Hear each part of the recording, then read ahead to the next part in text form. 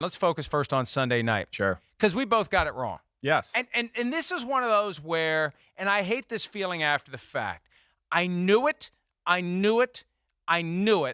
and I refused to let my brain accept it. I knew the Saints were going to give them everything they could handle. Yeah, sure. But I kept telling myself, man, the Cowboys are good. The Cowboys are good. Look at how good they are. Both sides of the ball. They have no real weaknesses. Yeah. They're going to go in there and they're going to dismantle this Saints team that doesn't have Drew Brees. And what happened? Well, what happened, I mean, first off, they're not just a one-trick pony there in New Orleans. I mean, we've seen this the last year. When Drew Brees struggled down the stretch last year, they've gotten over the fact of, we need Drew Brees to throw for 400 yards every game for us to win. No, in the last few years, they've become more of a running team. They've been able to play defense. They have a great defensive front. It's almost impossible to run the ball on them. And then Sean Payton comes up with the proper game plan. Dennis Allen looked like he threw a few curveballs at that Dallas offense that they weren't expecting. And then I think with a lot of the teams we were talking about were correction Sunday, like you're saying, or Thursday, self-inflicted wounds. 4th and 1 fumble by Zeke Elliott. Jason Witten catching a ball wide open over the middle as they're kind of moving the ball, and you go, okay, here goes Dallas. So there was a lot of issues like that, not only with the Cowboys, the Rams, the Packers had their mistakes as well. But, I mean, again, I just can't say enough about Sean Payton. I know you respect him the same way I do. This is Coach of the Year type stuff. To win these last two games in Seattle and last night without Drew Brees, it's Coach of the Year type stuff. I agreed. It really is. He finds a new way to play football, and he's playing, a little more conservative with the pass game, but still running the football, and they're going through their defense, who's really stepped up. I mean, their defense is, I think, what we questioned, especially after that Rams game in week 1. And even the Rams game in week 2 and the Texans game in week 1, they didn't look great. And they're certainly playing good football now. They got shredded on that drive where the Texans went ahead. They got so shredded they had enough time to win the game. Right. They shouldn't have been shredded so quickly. If they hadn't have been, they would have lost that game. But they're now at 3-1. Will Lutz had 4 field goals for the Saints. It was the first victory in the Sean Payton era without a touchdown for the Saints. And the Cowboys had only 45 yards on the ground. They got bottled up. They got stymied.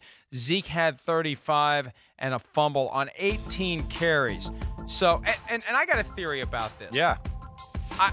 We talked about the malaise the Saints would be experiencing after 2 straight extremely heartbreaking exits from the postseason. Right. How do you go back to 0-0, and how do you dig out of it? And I almost feel like the Drew Brees injury was the slap in the face to snap you out of whatever funk you may be in. Like, oh my God, the Rams Saints game, the bad, then the Vikings, Minneapolis. You have this happen with Brees, and everybody's got to go to battle stations. No question. Everybody's got to rally. Sure. Everybody got to focus on their jobs. And again, credit to Sean Payton. This is the old Bill Parcells, no excuses for injury. Yeah. No excuses for injury.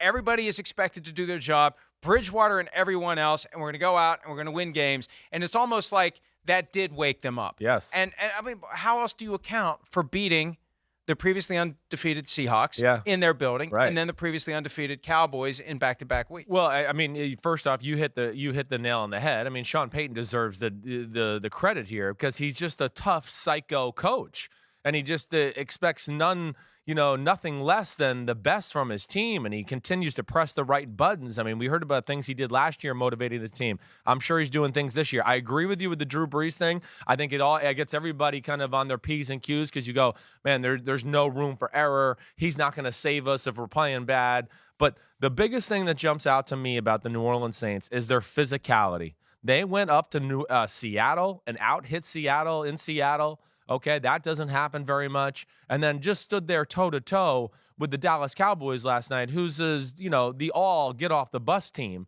And, I think a lot of credit does go to that defensive line. You talked about what they did, running the ball, the Cowboys, or lack of doing. But, I talked about this on my podcast last week. The Saints defensive line, if you think you're going to run between the tackles, negative Ghost Rider. You're not. I mean, the big runs they've let up this year have been on the edge and things like that. You're not going to run up the middle. They got great run stoppers across the board, and they showed that again once again last night. And one of the reasons why I wish I would have picked the Saints, I know that Peyton was so upset about that loss last year. That really did show some weaknesses with the Saints and maybe set the offense back, although they did nearly make it to the Super Bowl. But that was that Thursday night after Thanksgiving. And I think that he was still salty about that. And the thing to watch with Peyton, he gets that blue steel going on the nights where he's really locked in, the Zoolander blue steel. You can see it under the headset. Yeah. You know he's ready when you see that. His lips perk. Yeah. Totally. And he doesn't turn right. Yeah. He only turns left like blue steel. But he is locked in those moments. Yeah. Teddy Bridgewater was locked in. He said the Saints came into the game with a chip on their shoulder. Here's Bridgewater after the game. We knew that it was going to be a battle coming into this game. We knew last year we heard about how much more physical they were than us, and we knew coming into this game that we had to be the most physical team. In this league, we know how hard it is to win football games, and no one said they had to be pretty. Teddy was 23 of 30 for 193 yards, no touchdowns, 1 pick, 5 sacks.